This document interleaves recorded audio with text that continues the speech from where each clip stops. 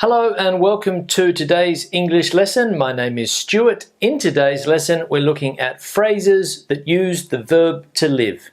Let's go to the intro.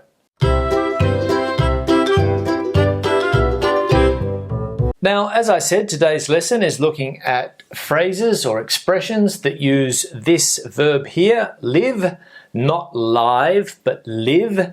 And we have 1, 2, 3, 4, 5, 6 expressions that I will show you today, basically through context what they mean. And these are good expressions in order for you to become more fluent, to extend your range in English, and to help you obviously speak better and understand people better when they speak.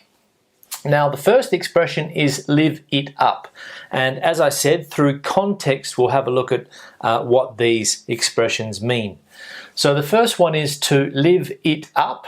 And let's look at the example sentence. I haven't seen John and Tina for ages. And the other person responds, no, they're on holiday in the Bahamas, living it up. Living it up. So they're in the Bahamas, living it up. And basically what live it up means, or living it up means, is that they're having a good time. They're having a good time. They're having a fantastic vacation or trip or whatever they're doing in the Bahamas at the moment. They're living it up. They are enjoying life. So I haven't seen them for a while. They're in the Bahamas living it up. They're living it up. They're living up life, let's say. Now the next one is to live down. To live down, again through context. Let's have a look. So Pete really made a fool of himself yesterday. It will be a while before he lives that down, whatever he did. He made a fool of himself. Perhaps he got undressed and went streaking through somebody's house, or perhaps he said something bad to somebody that offended them.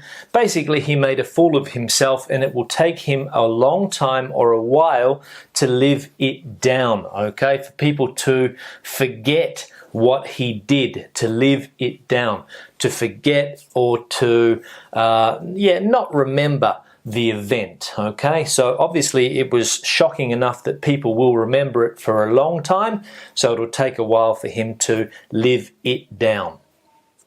The next one is learn to live with. Jenny will just have to learn to live with the fact that she'll never become a public servant. She'll have to learn to live with that. She'll have to accept the fact that she'll never become a civil servant. She'll never work for the government. Seems to be the dream of a lot of people, to get a job working for the government where everything is taken care of, and a lot of people study to become public servants. But Jenny will have to learn to live with the fact that that won't be the case for her, okay? She'll never become a public servant because she doesn't have the aptitude or the skills in order to become a civil servant. The next one is to live by your wits. Eddie had a tough childhood. He's been living by his wits since he was 15. And if you live by your wits, it means that you earn money in a clever way, perhaps in a way that's a little bit illegal. Perhaps you wheel and deal, you buy things and you sell them. Things might fall off the back of a truck and you pick them up and you sell them. Okay, that's living by your wits. It's living in a clever way, earning money in a clever way, perhaps a little bit dishonest, let's say. So to live by your wits.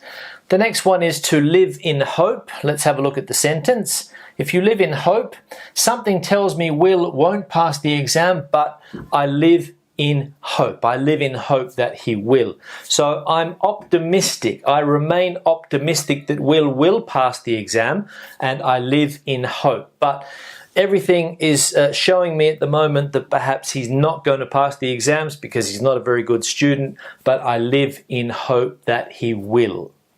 And the last one is to live in clover. She's been living in clover ever since she won the lottery. To live in clover is to live in a comfortable way with money. As we can see here, this lady won the lottery, so she's been living in clover, or she's been in clover. You can also say be in clover or live in clover. So she's been living in clover ever since she won the lottery. All of those millions and millions of dollars that she won has enabled her to live in clover. So 1, 2, 3, 4, 5, 6 expressions with the verb to live. Now, thank you very much for watching the lesson. If you have any questions or comments, leave them below in the comments section. Remember to share the video, please, on your social network of choice. I'll see you in the next video. Have a good day. Bye.